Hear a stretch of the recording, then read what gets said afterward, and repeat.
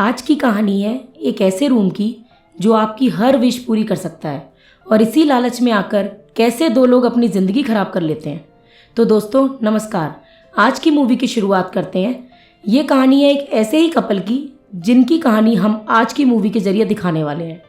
तो मूवी की शुरुआत होती है कि एक कपल शादी करने के बाद अपनी ज़िंदगी नए सिरे से चालू करने के लिए एक टाउन में शहर की भीड़ भाड़ से दूर घर खरीदते हैं, जो कि बहुत बड़ा और सुंदर सा होता है।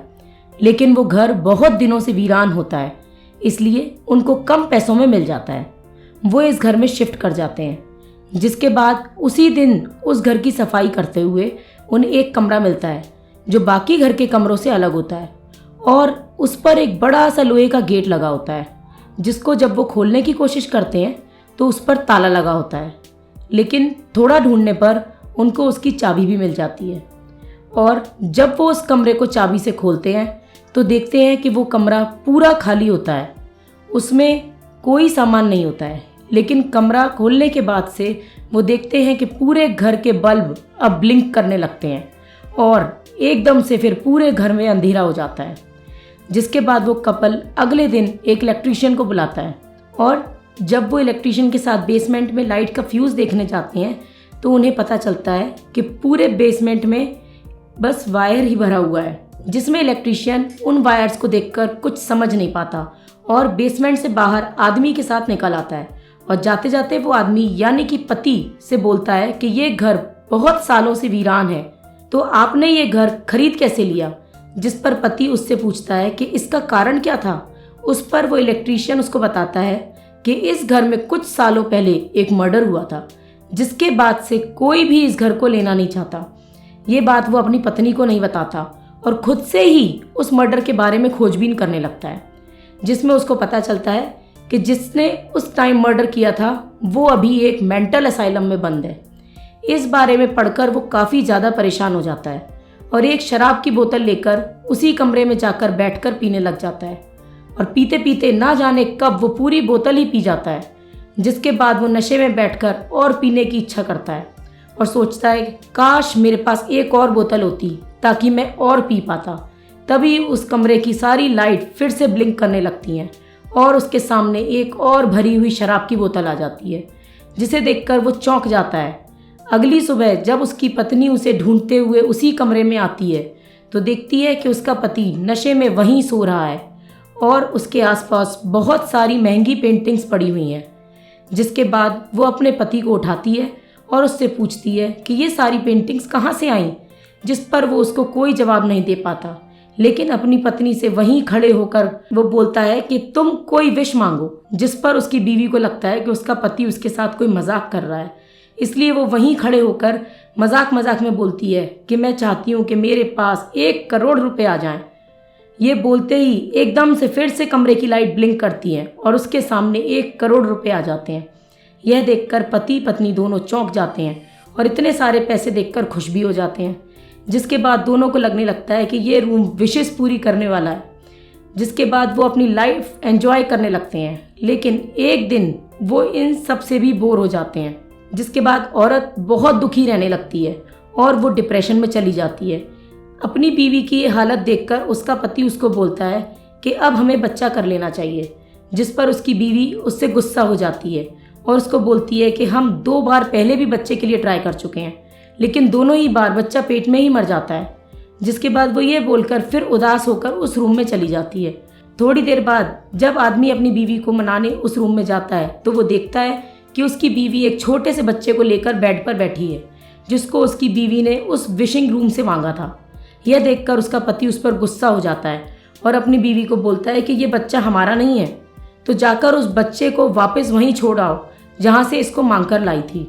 जिसके बाद दोनों वो बच्चे को लेकर वापस उसी विशिंग रूम में जाते हैं, लेकिन दोनों उस छोटे बच्चे को वापस देने वाली विश नहीं मांग पाते हैं और फिर वो दोनों उस बच्चे को अपने पास ही रखने का फैसला कर लेते हैं। जिसे सुनकर उसकी पत्नी बहुत खुश हो जाती है और उस बच्चे को लेकर उसी रूम से चली जाती है। वहीं दूसरी ओर उसके पति के दिमाग में उस विशिंग रूम को लेकर कई सवाल उठने लगते हैं, जिन सवालों का जवाब पाने के लिए वो उसी मेंटल असाइलम में जाता है जहां वो इंसान रहता है जिसने इसी घर में मर्डर किया था।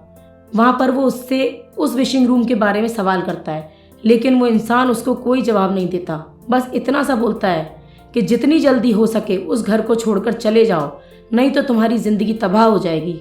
ये सुनकर वो उस मेंटल असाइलम से चला जाता है और रास्ते में अपनी कार से अपने घर की तरफ जा रहा होता है। तभी उसकी गाड़ी का पेट्रोल ख़त्म हो जाता है, जिसके लिए वो एक पेट्रोल पंप पर खड़ा होकर पेट्रोल भरवाता है। और जैसे ही वो अपनी जेब से वो विशिंग रूम से मिले हुए पैसे निकालता है तो देखता है कि वो पैसे की जगह उसकी जेब में बस राख बची है, जिसे देखकर वो शॉक्ड हो जाता है। जिसके बाद वो गाड़ी चलाकर वापस घर जाने लगता है और जब वो घर पहुंचता है तो वो घर में रखे वो सारे पैसे खिड़की से बाहर फेंकने लगता है और देखते देखते उसके सामने वो सब पैसे राख हो जाते हैं। जिसके बाद वो उस विशिंग रूम से मांगी हुई महंगी पेंटिंग को भी उठाकर अपने घर के बाहर रखता है और देखते देखते वो पेंटिंग भी राख बन जाती है। ये देखकर वो अब सोच में पड़ जाता है और वो सारे घर की दीवारों को एक हथौड़े से तोड़ने लगता है। लेकिन इसमें वो देखता है कि पूरे घर में दीवारों के पीछे बस बहुत सारी तारें बिछी हैं, जैसी उस दिन बेसमेंट में थी। वहीं दूसरी तरफ उसकी पत्नी अपने छोटे बच्चे को लेकर बाहर घूमने जा रही होती है। यह सुनकर उसका पति भागते हुए आता है और उसको बाहर जाने से मना करता है, जिस पर उसकी बीवी अपने पति की बात नहीं सुनती है और बच्चे को लेकर बाहर चली जाती है।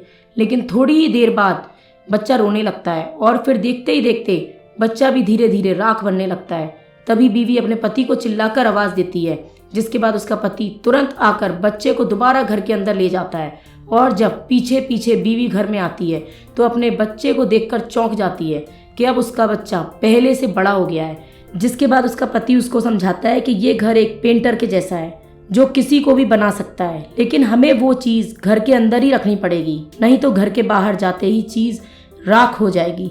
जिसके बाद उसकी बीवी अपने बच्चे की ममता में पागल हो जाती है और अपने बच्चे के लिए पूरा घर हर जगह जगह से बंद कर देती है ताकि उसका बच्चा बाहर ना जाए। और फिर बच्चे को डराने के लिए ये भी बोलती है कि इस घर से बाहर बहुत सारे बुरे बैक्टीरिया रहते हैं और अगर वो इस घर से बाहर जाने की कोशिश करेगा तो वो बुरे बैक्टीरिया उसको पकड़ लेंगे। जिसके बाद ऐसे ही कुछ दिन बीत जाते हैं और कुछ दिन बाद आदमी देखता है कि उसका बच्चा उस विशिंग रूम में बैठकर खेल रहा है और उस बच्चे को भी उस विशिंग रूम की पावर के बारे में पता चल गया है। जिसके बाद वो आदमी बच्चे को उस विशिंग रूम से आने के लिए डांटने लगता है और उसको बोलता है कि दोबारा इस रूम में मत आना। तभी उसकी बीवी उस रूम में आ जाती है और बच्चे को डांटता हुआ देख वो अपने पति से ही लड़ाई करने लग जाती है। तभी फ़ोन की घंटी बजती है, जिसको वो बच्चा उठा लेता है। उस फ़ोन पर सामने से वही इंसान होता है जो मेंटल असाइलम में रहता है, जिसने इस घर में मर्डर किया था। वो सामने से बच्चे की आवाज़ सुनकर मुस्कुराने लगता है। तभी बच्चे से फ़ोन छीनकर आदमी फ़ोन ले लेता है और बात करने लगता है, जिसमें सामने से वो मेंटल असाइलम वाला इंसान उससे बोलता है कि आखिर तुमने मेरी बात नहीं सुनी ना। जिस पर सामने से आदमी उससे पूछता है कि अगर मुझे इस इंसान की बढ़ती उम्र को रोकना है तो क्या करना चाहिए। जिस पर सामने से मेंटल असाइलम वाला बोलता है कि अगर तुम्हें उसकी बढ़ती उम्र रोकनी है तो उसके लिए जिसने इस बच्चे को विशिंग रूम में मांगा था उसको मरना पड़ेगा और उसके मरने के बाद ही ये बच्चा इस घर से बाहर भी जिंदा रह पाएगा। तो इस पर वो आदमी उस मेंटल असाइलम वाले से पूछता है कि आखिर तुम्हें ये सब कैसे पता है। जिस पर वो बोलता है कि मैं भी वैसा ही एक बच्चा था जिसको विशिंग रूम से मांगा गया था और उसे ज़िंदा रखने के लिए उसकी माँ ने पहले उसके बाप को गोली मार दी थी और फिर खुद को, लेकिन उसकी सज़ा वह जेल में काट रहा है। वहीं दूसरी ओर दूसरे फ़ोन पर अपने पति की ये सारी बातें उसकी पत्नी भी सुन लेती है और वो अपने बच्चे को ज़िंदा रखने के लिए खुद अपनी जान लेने के लिए कार तेज़ी से चला कर ले जाती है। लेकिन उसको सड़क पर गाड़ी चलाते हुए रियलाइज़ होता है कि वो कितनी बड़ी गलती करने जा रही है, इसलिए वो वापस घर आ जाती है। जिसके बाद रात में वो और उसका पति बहुत दिनों बाद एक साथ बहुत सारा प्यार करते हैं और अच्छे से गपागप करते हैं। और ये कमरे से बाहर खड़ा होकर उनका बेटा देख रहा होता है और यहाँ हमें पता चलता है कि उस बच्चे को उन दोनों का नज़दीक आना बिल्कुल पसंद नहीं आता है। अगले दिन वो बच्चा मेन गेट खोलकर बाहर चला जाता है और मेन गेट की आवाज़ सुनकर दोनों पति पत्नी भागते हुए नीचे आते हैं तो देखते हैं कि अब वो बच्चा एक 18-19 साल के इंसान जितना बड़ा हो गया है और उसके हाथ में एक बंदूक है जो वो उस आदमी की तरफ तान कर खड़ा हो जाता है। जिसके बाद उसकी बीवी अपने पति को बचाने के लिए सामने खड़ी हो जाती है और वो बच्चा गोली नहीं चला पाता है। तभी ये मौके का फ़ायदा उठाकर वो आदमी उस बच्चे से बंदूक छीनने लगता है, जिससे हाथापाई में उस औरत को चोट लग जाती है और वो वहीं बेहोश हो जाती है। और जब उसकी आंख खुलती है तो वो सामने अपने पति को बैठा पाती है, जो अपनी बीवी को बोलता है कि उसने उस बच्चे को बंदूक से मार दिया और बाहर फेंक दिया, जिससे वो राख बनकर गायब हो गया।